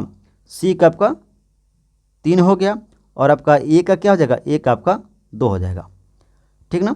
तो इस तरह से ए का 2, बी का 4, ए का 2 इसमें भी है, इसमें भी है, ये नहीं है, नहीं है। बी का 4 3 में नहीं है, बाकी ए में है। तो इसलिए 58 का जो राइट आंसर बनेगा, ये 58 का ऑप्शन ए बिल्कुल करेक्ट आंसर हो जाएगा, ठीक ना। चलिए आगे बात करते हैं। निम्नलिखित कथनों पर विचार कीजिए। प्रत्येक चुंबक, ये चुंबक लिखा है, मिस्टेक हो गया है। प्रत्येक चुंबक के उत्तरी तथा दक्षिणी 2 ध्रुव होते हैं, बिल्कुल सही। चुंबक को गर्म करने, चोट करने, ऊंचाई से गिराने पर चुंबक अपना गुण खो देते हैं, बिल्कुल सही। स्वतंत्रपूर्वक लटकाने पर चुंबक सदैव उत्तर दक्षिण दिशा में आकर रुकता है, ये भी सही है। कृत्रिम चुंबक एक ही आकार में बनाए जाते हैं, ठीक है, ये भी आपका सही है। कह के उपयुक्त कथनों में से कौन से कथन सत्य है, तो 59 का जो राइट आंसर बनेगा ये आपका हो जाएगा क्या, 1 मिनट, देखिए यहाँ पे जो है मिस्टेक हुआ, 1 मिनट रुक जाइए, ये आपका कथन गलत है, ये आपका कथन गलत है। तो इस तरह से आपका राइट आंसर हो जाएगा 1, 2 और 3, 1, 2 और 3, ये जो है 59 का ये आपका करेक्ट आंसर हो जाएगा, ठीक ना, क्योंकि कृत्रिम चुंबक एक ही आकार में नहीं बनाए जाते हैं, ठीक है। चलिए अगला क्वेश्चन, निम्नलिखित पर विचार कीजिए। वाष्पन, वाष्पोत्सर्जन और संघनन, उपयुक्त में से किन कारणों से बर्फयुक्त जल से भरे गिलास की बाहरी सतह पर जल की छोटी छोटी बूंदें एकत्रित हो जाती हैं। तो देखिए ये होता है किसके चलते, तो संघनन के कारण होता है। इसका राइट आंसर क्या हो जाएगा, 60 का ऑप्शन हो जाएगा सी, संघनन के कारण, ठीक ना। जब संघनन होता है तभी जो है गिलास के बाहरी आवरण पे जल के छोटे छोटे बूंद जम जाते हैं, ऑप्शन सी करेक्ट आंसर है। अगला क्वेश्चन, जल चक्र के संदर्भ में निम्नलिखित कथनों पर विचार कीजिए। वायु में जल वाष्पन तथा संघनन की प्रक्रमों द्वारा प्रवेश करता है। जल को पृथ्वी के पृष्ठ पर पुनः वापस लाने में वाष्पोत्सर्जन प्रक्रम की महत्वपूर्ण भूमिका होती है। वायु में प्रविष्ट जल से बादल बनते हैं और वर्षा, ओले तथा हिम के रूप में पुनः धरती पर ये वापस आ जाते हैं। और कहा जा रहा है कि उपयुक्त कथनों में से कौन से कथन सही हैं, ठीक है। तो यहाँ पे देखिए, यहाँ पे जो है अगर ध्यान से पढ़ा जाए तो ये आपका ऑप्शन सी बिल्कुल सही है, जबकि ऑप्शन ए गलत है। क्यों गलत है, क्योंकि वायु में जल वाष्पन तथा संघनन के प्रक्रमण द्वारा प्रवेश करते हैं, ये गलत है। संघनन के द्वारा वायु में जल प्रवेश नहीं करता है। बी जो है देखा जाए ये भी गलत है, क्योंकि जल को पृथ्वी के पृष्ठ पर पुनः वापस लाने में वाष्पोत्सर्जन प्रक्रम की आवश्यकता पड़ती है, नहीं वर्षा की जरूरत पड़ती है। इसलिए आपका ऑप्शन सी बिल्कुल सही है। और ऑप्शन सी किस में दिया है, ऑप्शन सी किस में दिया है, ऑप्शन सी में, ठीक ना, यानी ऑप्शन बी सी जो है बिल्कुल सही है। अगला क्वेश्चन है, निम्नलिखित कथनों पर विचार कीजिए। वर्षा का जल एकत्र करने को वर्षा जल संग्रहण कहते हैं, बिल्कुल सही बात है। समुद्र और महासागरों के जल में बहुत से लवण खुले होते हैं जिससे जल खारा होता है और पीने योग्य नहीं होता, ये भी सही है। उपयुक्त कथन में से कौन सा कथन सत्य नहीं है। अब 62 का जो राइट आंसर देखा जाए, अब देखिए ये तो दोनों कथन सही है, तो क्या हो जाएगा, इनमें से कोई नहीं, ऑप्शन हो जाएगा डी करेक्ट आंसर, इनमें से कोई नहीं। अब यहाँ पर देखिए, Rime of the ancient Mariner कविता के रचयिता कौन है, तो इसके रचयिता कौन है, दिया है एम.टी. Coleridge, MT. कोलरिज, ये माफ़ी चाहूँगा, टी.एम. कोलरिज, अच्छा यहाँ पे एस.टी. कोलरिज है, ठीक है ना। यहाँ पे एम.टी. कोलरिज है, एस.टी. कोलरिज है, टी.एम. कोलरिज और टी.एस. कोलरिज। अब यहाँ पे देखिए इसका जो राइट आंसर है ये आपका हो जाएगा option B, T S. Coleridge. T S. Coleridge जो है rime of the ancient mariner के कविता के रचयिता हैं। अगला है क्वेश्चन, वायु अनेक गैसों का मिश्रण है। इस मिश्रण के मुख्य अवयवों के संदर्भ में निम्नलिखित कथनों पर विचार कीजिए। वायु में ऑक्सीजन और नाइट्रोजन मिलकर वायु का 99% भाग बनाते हैं। आप जानते हैं वायु में 78% नाइट्रोजन और 21% क्या होता है, ये आपका ऑक्सीजन होता है, तो दोनों 99% हो गया। तो इस हिसाब से ये बिल्कुल सही कथन है। शेष 1% भाग में कार्बन डाइऑक्साइड, कुछ अन्य गैसें, जलवाष्प तथा धूलकण होते हैं, ये भी सही है। उपयुक्त कथन में से कौन से कथन सही है, तो दोनों कथन सही हैं। आपका ऑप्शन क्या हो जाएगा, ऑप्शन सी करेक्ट आंसर हो जाएगा, ठीक ना। सी नंबर ऑप्शन आपका बिल्कुल जो है सही है। अगला क्वेश्चन, निम्नलिखित कथनों पर विचार कीजिए। शीतलयुक्त गतिशील वायु को पवन कहते हैं। वायु स्थान नहीं घेरती है, ये गलत है, वायु स्थान घेरती है। वायु की वह परत जो पृथ्वी को घेरे हुए है उसे वायुमंडल कहते हैं। वायु प्रत्येक स्थान पर मिलती है, इसे देख सकते हैं, वायु को हम लोग नहीं देख सकते हैं, जबकि वायु की वह परत जो पृथ्वी को घेरे हुए वायुमंडल कहते हैं। तो आपका ऑप्शन पहला, ऑप्शन तीसरा सही है, दूसरा और चौथा गलत है। कह रहा है कि उपयुक्त कथन में से कौन से कथन सत्य नहीं है, तो 2 और 4 सत्य नहीं है। 2 और 4 किस में है, ऑप्शन डी में है। ऑप्शन डी बिल्कुल आपका राइट आंसर हो जाएगा 65 नंबर क्वेश्चन का, ठीक है। अगला क्वेश्चन, यहाँ पे कथन दिया है और कारक दिया गया है। कथन है जलीय प्राणी श्वसन के लिए जल में घुली वायु का उपयोग करते हैं, और कारण है वायु नाइट्रोजन, ऑक्सीजन, कार्बन डाइऑक्साइड, जलवाष्प तथा कुछ अन्य गैसों का मिश्रण है। यानी दोनों बात यहाँ पे तो लगभग सही है। पहला ऑप्शन कह रहा है कुट में ए जो है, ए और आर दोनों सही हैं। आर ए का सही स्पष्टीकरण कर रहा है, बिल्कुल सही बात है, ठीक ना। ए और आर दोनों सही है, परंतु आर ए गलत है। ए सही है परंतु आर गलत है, ये भी गलत है, ये दोनों का, यानी ऑप्शन आपका ए करेक्ट आंसर हो जाएगा। क्योंकि जो है ए सही है, आर भी सही है, और आर जो है ए का सही स्पष्टीकरण भी कर रहा है। 66 का ऑप्शन ए बिल्कुल जो है करेक्ट आंसर हो जाएगा। 1 मिनट और देख लेते हैं, कोई मिस्टेक तो नहीं हुआ है।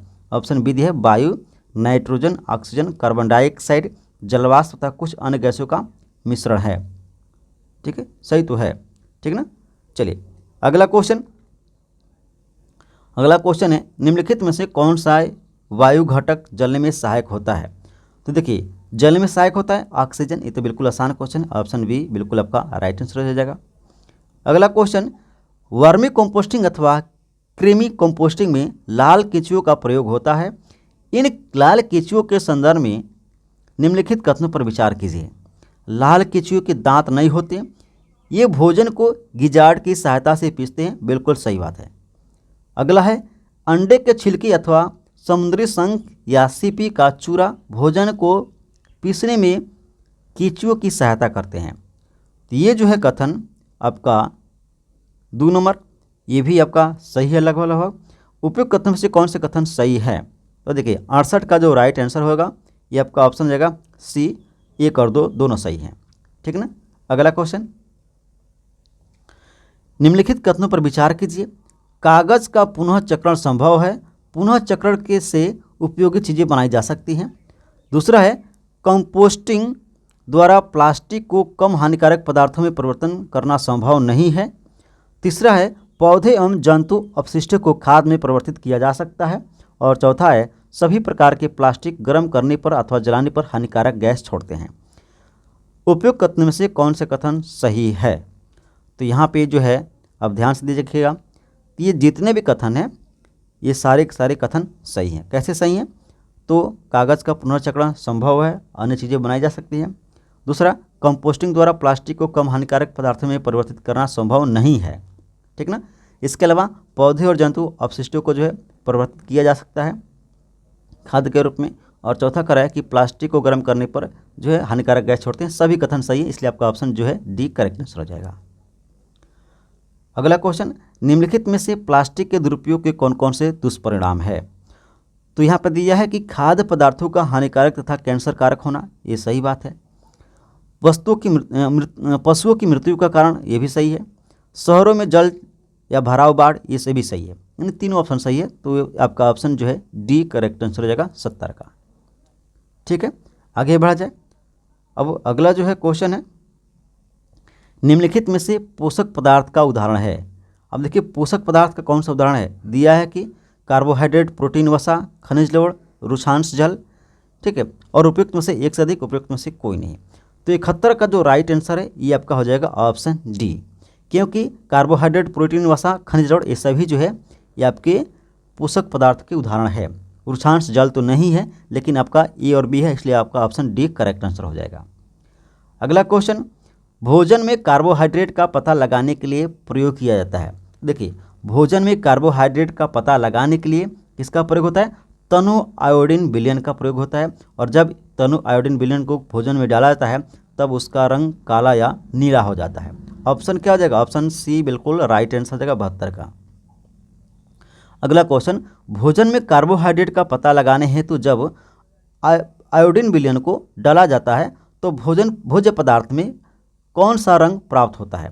तो देखिए भोजन में जब हम लोग तनु आयोडीन विलयन को जब डालते हैं तो भोजन का जो रंग है वो कैसा हो जाता है, नीला या काला हो जाता है। ऑप्शन ए बिल्कुल आपका राइट आंसर हो जाएगा 73 का। ठीक है, अगला क्वेश्चन, भोजन में प्रोटीन का परीक्षण करने हेतु प्रयोग किया जाता है। तो भोजन में प्रोटीन का परीक्षण करने के लिए क्या प्रयोग किया जाता है, ऑप्शन दिया है कॉपर सल्फेट, तनु आयोडीन विलयन, कास्टिक सोडा, उपयुक्त में से एक से अधिक, उपयुक्त में कोई नहीं।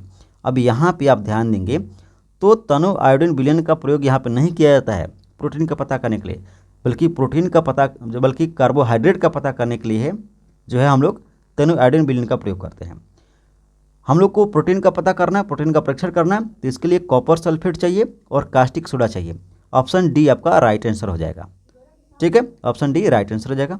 अगला क्वेश्चन, भोजन में कॉपर सल्फेट तथा कास्टिक सोडा डालने से रंग बैंगनी हो जाता है तो यह प्रदर्शित करता है। यानी अभी हमने देखा कि जब हम लोग क्या करेंगे, कॉपर सल्फेट और कास्टिक सोडा डालते हैं तब प्रोटीन के परीक्षण करते हैं, तो यह क्या बताएगा, प्रोटीन की उपस्थिति को बताएगा। ऑप्शन सी बिल्कुल राइट आंसर है। देखिए क्वेश्चन को कैसे पलट पलट के पूछा गया है। अगला जो है क्वेश्चन है, निम्नलिखित में कार्बोहाइड्रेट का स्रोत है। तो गेहूँ, शकरकंद, आलू ये भी सही है, गन्ना, पपीता, तरबूज सही है, आम जो है मक्का, चावल ये भी सही है। यानी आपका ऑप्शन जो है डी करेक्ट आंसर हो जाएगा। 76 का ऑप्शन क्या हो जाएगा, डी हो जाएगा। ये सभी इसके स्रोत हैं। अगला क्वेश्चन है, निम्नलिखित में वसा का स्रोत है। मूंगफली, नारियल का तेल, सूरजमुखी का तेल, सोयाबीन का तेल, बिल्कुल सही। मांस, मछली, अंडा ये भी सही है। दूध, घी, मक्खन, क्रीम ये भी सही है। ऑप्शन आपका डी हो जाएगा राइट आंसर। इसके अलावा समान भोजन की मात्रा में सबसे अधिक ऊर्जा कौन प्रदान करता है, यानी एक समान भोजन की मात्रा लिया जाए तो सबसे अधिक जो है ऊर्जा किससे प्राप्त होगा, वसा, कार्बोहाइड्रेट, प्रोटीन। देखिए यहाँ पे जो है अगर देखा जाए तो एक समान जब हम लोग भोजन की मात्रा लेते हैं तो सबसे अधिक वसा से हमें ऊर्जा प्राप्त होती है। ऑप्शन ए बिल्कुल राइट आंसर है। मैं कभी से बोल रहा हूँ कि जिन लोगों ने एनसीईआरटी के साइंस के नोट्स को लिए हैं, पढ़े हैं ना, उनके लिए समझिए कि आज का क्वेश्चन एकदम हलवा है। ठीक है ना, एकदम हलवा है। ठीक है, अगर बढ़िया से पढ़ लिए होंगे तो। चलिए अब आगे हम क्वेश्चन की बात करते हैं। अगला क्वेश्चन है, निम्नलिखित में से प्रोटीन का स्रोत है पपीता, यकृत, आंवला, मांस, मछली, अंडा, दूध, पनीर, नींबू। तो देखिए प्रोटीन का जो स्रोत है यहाँ पे जो है ये सभी के सभी प्रोटीन के स्रोत हैं। पपीता, यकृत, आंवला, मांस, मछली, अंडा, दूध, पनीर, नींबू सब जो है इसके हैं। राइट आंसर आपका ऑप्शन डी हो जाएगा। अगला क्वेश्चन, शरीरवर्धक भोजन कहा जाता है प्रोटीन को, कार्बोहाइड्रेट को, वसा को। यहाँ पे सूचना ही नहीं है, प्रोटीन को शरीरवर्धक भोजन कहा जाता है। ऑप्शन ए बिल्कुल 80 का राइट आंसर हो जाएगा। ठीक है, आगे देखा जाए। अगला क्वेश्चन है कि आँख, अस्थियाँ, मसूड़े व शरीर का रक्षा करता है। तो आँख, अस्थियाँ और मसूड़े और शरीर का रक्षा कौन करता है, प्रोटीन, विटामिन, खनिज लवण। ये कहा जाएगा विटामिन हो जाएगा। विटामिन हमारे अस्थियाँ, आँख, मसूड़े, शरीर का रक्षा करता है। आपका ऑप्शन जो है बी राइट आंसर हो जाएगा 81 का। अगला क्वेश्चन है आपका, सबसे अधिक कार्बोहाइड्रेट प्राप्त होता है गेहूं से, चावल से, आलू से। देखिए एनसीईआरटी में साफ साफ से लिखा गया कि सबसे अधिक कार्बोहाइड्रेट चावल से प्राप्त होता है। आपका ऑप्शन बी बिल्कुल करेक्ट आंसर है। नेक्स्ट क्वेश्चन, आहारी रेशे में शामिल किया जाता है साबुत खाद्यान्न, ताज़ी फल सब्जियां, दाल। तो यहाँ पे स्पष्ट है कि आहारी रेशे में साबुत खाद्यान्न भी आते हैं, ताज़े फल सब्जियां भी आती हैं और दालें भी आती हैं। इस तरह से आपका राइट आंसर जो है डी हो जाएगा करेक्ट आंसर। अगला क्वेश्चन, शरीर में जल की पूर्ति होती है पानी से, हाँ पानी से तो होती है, दूध से इससे भी होती है, चाय से इससे भी होती है। ऑप्शन हो जाएगा D correct answer. Next question, भोजन को पकाने से खत्म हो जाता है vitamin C, vitamin A, vitamin K. देखिए विटामिन सी ऐसे विटामिन है कि अगर भोजन को पकाएंगे तो वह आसानी से ये नष्ट हो जाता है, इसलिए आपका राइट आंसर क्या जाएगा ऑप्शन ए।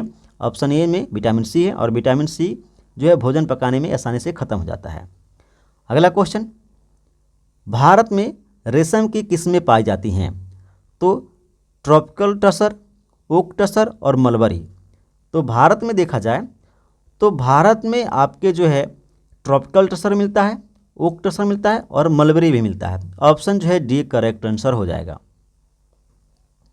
अगला क्वेश्चन, भारत में पर्सन पाया जाता है, ये क्वेश्चन रिपीट हो गया है, बिहार, पश्चिम बंगाल, असम, ये क्या है, ये सभी जगह हो जाएगा ऑप्शन डी। बिहार, पश्चिम बंगाल और असम तीनों जगह पाया जाता है। अगला क्वेश्चन है, पश्मीना शाल प्राप्त होता है, अब आपको बताना है बकरी, खरगोश, याक कि पश्मीना शाल किस में प्राप्त होता है, ठीक ना। देखिए इसका जो राइट आंसर है 88 नंबर का, ये क्या हो जाएगा पश्मीना शाल। और पश्मीना शाल बकरी से प्राप्त होता है, जो हिमालयन क्षेत्र में जो बकरियां होती हैं काफ़ी ऊंचाई पर, इनसे क्या होता है, इनके जो है बाल होते हैं, इन्हीं से पश्मीना शाल का निर्माण होता है। ऑप्शन ए करेक्ट आंसर हो जाएगा। अगला क्वेश्चन, अंगोरा ऊन प्राप्त किया जाता है बकरी से, खरगोश से और भेड़ से। अब बताइए क्या होगा, तो अंगोरा जो ऊन है यह खरगोश से प्राप्त होता है। ऑप्शन बी हो जाएगा राइट आंसर, ठीक है। अगला क्वेश्चन, रेशम के धागा में पाया जाता है सेलुलोज, प्रोटीन, कार्बोहाइड्रेट। देखिए रेशम, और रेशम किससे बनता है, रेशम के कीट से, और रेशम का कीट्स में क्या प्राप्त होता है, प्रोटीन प्राप्त होता है। ऑप्शन हो जाएगा बी करेक्ट आंसर। रेशम का जो धागा है ये प्रोटीन से बनता है। 19 का जो ऑप्शन हो गया 90 का वो बी हो जाएगा। अगला क्वेश्चन, कपास और जूट में पाया जाता है सेलुलोज, प्रोटीन, कार्बोहाइड्रेट। देखिए कार्बोहाइड्रेट तो ऐसा नहीं होगा, और प्रोटीन जो है जंतु वाले रेशे में होगा, जबकि ये पेड़ पौधे वाले रेशे हैं तो ये भी नहीं होगा। आपका ऑप्शन हो जाएगा सी सेलुलोज। और ध्यान रखिएगा सबसे अधिक सेलुलोज जो है पौधे और जंतु पौधे में पाया जाता है, ठीक ना, इस बात को ध्यान रखना। अगला क्वेश्चन है, द्रव से अवसाद को अलग करने हेतु छानना क्या कहलाता है। तो देखिए द्रव से अवसाद को अलग करने हेतु प्रक्रिया, ऑप्शन दिया है निस्तारण, निस्यंदन, अवसादन। तो यहाँ पे जो आपका राइट आंसर बनेगा 92 का, यह हो जाएगा आपका जो है ऑप्शन बी निस्यंदन। यानी द्रव से अवसाद को अलग करना निस्यंदन कहलाता है। ऑप्शन बी आपका राइट आंसर हो जाएगा। 93 नंबर क्वेश्चन है, बर्तन की तली में नीचे बैठा अवसाद को ऊपर से साफ द्रव्य को अन्य बर्तन में उड़ेल देना क्या कहलाता है, निस्यंदन, अवसादन, निस्तारण। तो यह जो है यह आपका निस्तारण कहलाता है। 93 का जो है 93 का सी हो जाएगा, निस्तारण कहलाता है। अगला क्वेश्चन है कि ऐसे पौधे जो किसी के सहारे ऊपर चढ़ जाते हैं कहलाते हैं। तो ऐसे पौधे जो किसी के सहारे ऊपर चढ़ जाते हैं, शाक, झाड़ी, आरोही पौधे, तो ये आरोही पौधे कहलाते हैं। ऑप्शन हो जाएगा सी इसका सही उत्तर है। अगला क्वेश्चन है, प्रांकुर से निम्नलिखित का विकास होता है। तो तना, जड़, पत्ती। अब देखिए प्रांकुर से जो है क्या होता है, तो प्रांकुर से तना का विकास होता है। ऑप्शन आपका ये राइट आंसर होगा, जबकि मूलांकर से जड़ का विकास होता है, ठीक है। अगला क्वेश्चन है कि पत्तियां तने से जुड़ी रहती है। तो पत्तियां तने से जुड़ी रहती है प्रांकुर द्वारा, मूलांकर द्वारा, पर्णवृंत द्वारा। प्रांकुर द्वारा नहीं होता है, प्रांकुर द्वारा तो आपका तना निकलता है, मूलांकर द्वारा जड़ निकलता है। पर्णवृंत के द्वारा पत्तियां तनों से जुड़ी रहती है। ऑप्शन सी राइट आंसर है। नेक्स्ट क्वेश्चन, निम्नलिखित में पत्तियों का कार्य है प्रकाश संश्लेषण, बिल्कुल सही, वाष्पोत्सर्जन, बिल्कुल सही, कीटों को आकर्षित करना, बिल्कुल सही। ऑप्शन आपका डी राइट आंसर है। नेक्स्ट क्वेश्चन, पौधे के जड़ का विकास होता है प्रांकुर द्वारा। पौधे के जड़ की बात किया है तो प्रांकुर द्वारा तो तना होता है, गलत। मूलांकर द्वारा जड़, ये राइट आंसर है। और पर्णवृंत से क्या होता है, पत्तियां जुड़ी रहती है तने के द्वारा। तो ये आपका राइट आंसर जो है बी हो जाएगा, मूलांकर के द्वारा जो पौधे हैं जड़ से जुड़े रहते हैं। अगला है, जिन पौधों की पत्तियों में समांतर सिरा विन्यास होता है उनकी जड़ें होती हैं। देखिए जिन पौधे की पत्तियां समांतर सिरा विन्यास वाला होता है इस तरह से, तो उनकी जो है जड़ें कैसी होती हैं, तो इनकी जड़ें रिश्तेदार होती हैं, इस तरह से रिश्तेदार होती हैं, ठीक ना।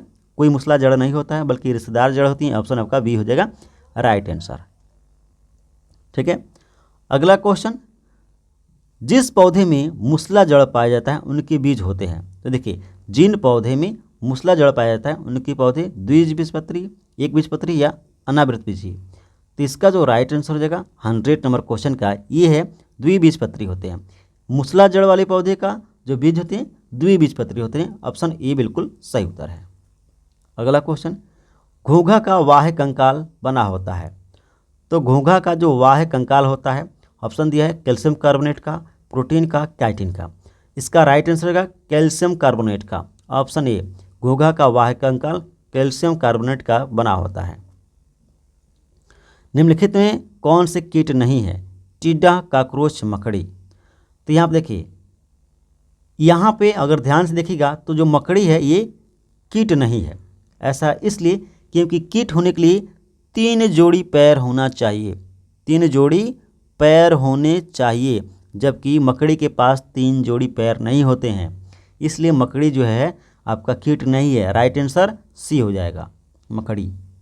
अगला क्वेश्चन, वात छिद्रों से सांस लेते हैं डॉल्फिन, व्हेल, घड़ियाल। तो वात छिद्रों से कौन सांस लेते हैं? तो यहाँ पे ध्यान दीजिएगा, डॉल्फिन और व्हेल दोनों जो है वात छिद्रों से सांस लेते हैं। आपका ऑप्शन जो है डी करेक्ट आंसर हो जाएगा 103 का, ठीक है। अगला क्वेश्चन, हाइड्रोफाइट्स पौधे होते हैं जलीय पौधे, स्थलीय पौधे, मरुस्थलीय पौधे। तो हाइड्रोफाइट्स में क्या होते हैं? ये जलीय पौधे होते हैं। आपका ऑप्शन जो है बिल्कुल ये सही है। नेक्स्ट क्वेश्चन, निम्नलिखित में कौन त्वचा से सांस लेता है? मगरमच्छ, छिपकली, केंचुआ। तो यहाँ पे केंचुआ जो है ये त्वचा से सांस लेता है। राइट आंसर आपका ऑप्शन सी हो जाएगा, ठीक है। नेक्स्ट क्वेश्चन, पौधे सांस लेते हैं रंध्रों द्वारा, तना द्वारा, जड़ द्वारा। उपयुक्त में से एक से अधिक, उपयुक्त में कोई नहीं। तो ये जो पौधे होते हैं ये रंध्रों के द्वारा सांस लेते हैं। ऑप्शन ए बिल्कुल सही है। जो रंध्र होते हैं पौधे में, जिसे स्टोमाटा कहा जाता है, इसी के द्वारा जो है पौधे सांस लेते हैं। ऑप्शन ए सही है। अगला क्वेश्चन है, निम्नलिखित कथन में से कौन सा कथन सत्य है? प्रकाश संश्लेषण के दौरान निष्कासित ऑक्सीजन की मात्रा पौधे द्वारा प्रयोग में लाई गई कार्बन डाइऑक्साइड की मात्रा के बराबर होती है। इसके अलावा प्रकाश संश्लेषण के दौरान निष्कासित ऑक्सीजन की मात्रा पौधे द्वारा प्रयोग में ली गई कार्बन डाइऑक्साइड की मात्रा से अधिक होती है। तीसरा है, प्रकाश संश्लेषण के दौरान निष्कासित ऑक्सीजन की मात्रा पौधे द्वारा ली गई कार्बन डाइऑक्साइड की मात्रा से कम होती है। और फिर दिया है उपयुक्त में से एक से अधिक, उपयुक्त में कोई नहीं। तो यहाँ पे आप ध्यान से समझिए, तो ये ऑप्शन बी में कहा जा रहा है कि प्रकाश संश्लेषण के दौरान निष्कासित ऑक्सीजन की जो मात्रा होती है पौधे द्वारा प्रयोग में ली गई कार्बन डाइऑक्साइड की मात्रा से अधिक होती है, ठीक ना। यानी ये भी अब बन सकता है कि देखिए, पौधे जो हैं, पौधे जो कार्बन डाइऑक्साइड लेते हैं उससे ज़्यादा ऑक्सीजन की मात्रा वो रिलीज करते हैं, ठीक है। इस बात का ध्यान रखना है, इसलिए आपका ऑप्शन जो है बी बिल्कुल करेक्ट आंसर है, ठीक है। अगला क्वेश्चन है 108 नंबर, जैव घटक में शामिल होते हैं पौधे, जंतु, सूक्ष्मजीव। तो जैव घटक में ये जो है पौधे, जंतु और सूक्ष्मजीव तीनों शामिल होते हैं, इसलिए आपका राइट आंसर ऑप्शन डी बन जाएगा। अगला क्वेश्चन, निम्नलिखित में चुंबक के प्रकार हैं छड़ चुंबक, नाल चुंबक, बेलनाकार चुंबक। ये सभी जो है चुंबक के प्रकार हैं। ऑप्शन डी आपका राइट आंसर हो जाएगा। अगला क्वेश्चन है, लेंस किस घटना पर कार्य करता है? परावर्तन, अपवर्तन, पूर्ण आंतरिक परावर्तन। अब देखिए, मैंने इसके पहले जो क्वेश्चन है तो वहाँ पे मैंने बताया भी था, जो दर्पण होता है यह परावर्तन की घटना पर कार्य करता है, जबकि लेंस अपवर्तन की घटना पर कार्य करता है। ऑप्शन हो जाएगा बी करेक्ट आंसर 110 का, ठीक है। आगे बढ़ा जाए। अगला क्वेश्चन है, टंगस्टन का प्रतिरोध तथा गलनांक होता है। तो टंगस्टन का प्रतिरोध या गलनांक उच्च, निम्न, बराबर होता है। अब इसका जो राइट आंसर है ये हो जाएगा टंगस्टन का प्रतिरोध और गलनांक दोनों क्या होता है? ये दोनों जो है उच्च होता है, ठीक ना। यानी देखते हैं, इसलिए तो बल्ब जल्दी नहीं पिघलता है। 111 का क्या हो जाएगा? 111 का ऑप्शन ये हो जाएगा। इसके अलावा 12 नंबर क्वेश्चन 112, विद्युत धारा का प्रवाह होता है धन टर्मिनल से ऋण टर्मिनल की तरफ, ऋण टर्मिनल से धन टर्मिनल की तरफ, दोनों दिशाओं से, उपयुक्त में एक से अधिक, उपयुक्त में कोई नहीं। तो विद्युत जो है इसका जो है प्रवाह धन टर्मिनल से ऋण टर्मिनल की तरफ होता है। ऑप्शन ए बिल्कुल सही उत्तर है 112 का। अगला क्वेश्चन, वायुमंडल में पाए जाने वाले अक्रिय गैस का उदाहरण है नाइट्रोजन, क्लोरोफ्लोरोकार्बन और आर्गन। देखिए वायुमंडल में जो है अक्रिय गैस जो पाया जाता है यह आर्गन ही है। ऑप्शन हो जाएगा सी करेक्ट आंसर। अगला क्वेश्चन 114 नंबर, विटामिन सी में नहीं पाया जाता है, विटामिन सी में नहीं पाया जाता है। अब देखिए विटामिन सी में नहीं पाया जाता है फाइबर, आयरन, घाव भरने का गुण। तो इसका जो राइट आंसर है ये क्या हो जाएगा, उपयुक्त में से एक से अधिक, उपयुक्त में कोई नहीं। तो हो जाएगा इसका राइट आंसर उपयुक्त में से एक से अधिक। विटामिन सी में नहीं पाया जाता है यानी फाइबर, आयरन और घाव भरने के गुण ये कोई जो है इसमें नहीं पाया जाता है। एक मिनट।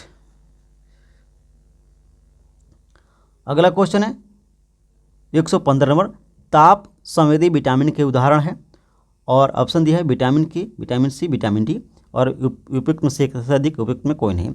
इसका जो है आंसर आपको कमेंट में लिखना है कि इसका आंसर क्या होगा।